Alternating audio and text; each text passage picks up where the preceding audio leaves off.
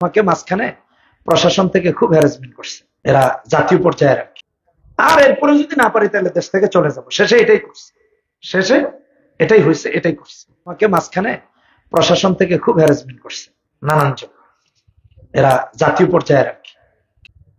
তা আমি বললাম এক পর্যায়ে কারো কাছে যেতে পারবো, এত ইসলামের এত দুরবস্থা আসে নাই যে আমি রাফি বিন মনির ওয়াজ না করলে ইসলাম শেষ হয়ে যাবে, আমার ওয়াজ দরকার নেই।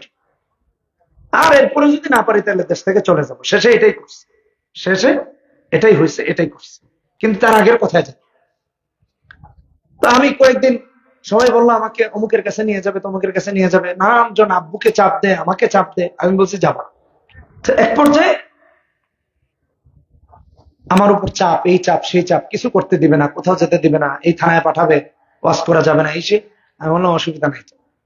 হযরত আবু বকর সিদ্দিক রাদিয়াল্লাহু তাআলা আনহু খলিফাতুল মুসলিমিন হয়ে কাঠ এনে মাথায় করে বিক্রি করছেন। ইতিহাস শুনুন।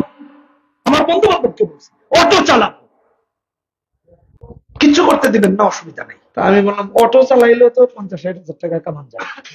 আমি বলছি আমি বলছি, আমি অনেককে জবাব দিচ্ছি, আমার বন্ধু বান্ধবকে বলছি অটো চালাবো। দিনের এতদূর অবস্থা আসে নাই যে আমি একজন ওয়াজ না করলে কোনো ক্ষতি হবে না ইসলামের। কিন্তু একটা জাতির একজন আলেম বাতিলের কাছে জাতিকে নমনীয় করে দেওয়া কোনোদিনও সম্ভব না। এটা কিভাবে আলেমের শান হয়? এটা কিভাবে আলেমের শান হয়? এটা আলেমের শান না। এলেম তো অনেক বড় জিনিস, যার স্বীকৃতি এবং আলেমের মর্যাদা আল্লাহ কোরআনে উল্লেখ করছেন, কোরআনের আয়াতে স্থান পেয়েছে। আপনি কোরআনের আয়াতকে কি এত ছোট করে দেখলেন? আবু বকর সিদ্দিক রাদিয়াল্লাহু তাআলা আনহু খলিফাতুল মুসলিমিন কাঠ এনে বিক্রি করছেন। আমি নিজের চোখে মুফতি আমিন রাহমাতুল্লাহ আলাইহিকে দেখেছি।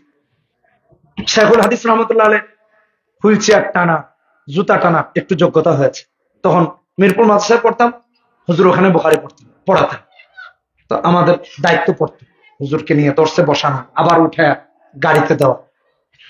আগে দেখতাম বড় বড় আলেমদের কাছে গিয়ে ক্ষমতাবানরা বসে থাকতো, আর এখন দেখি কিছু দরবারি চাটুকাররা ওদের কাছে গিয়ে বসে থাকে। এই হলো আমাদের পরিবর্তন হয়েছে 24 সালে। অবস্থান পরিচ্ছন্ন করুন, ঝড় আসবে, তুফান আসবে, আলেমকে তার এলেমের স্বকীয়তা, মর্যাদা, সম্মান রক্ষা করা এটা আলেমের দায়িত্ব, এটা করতেই হবে।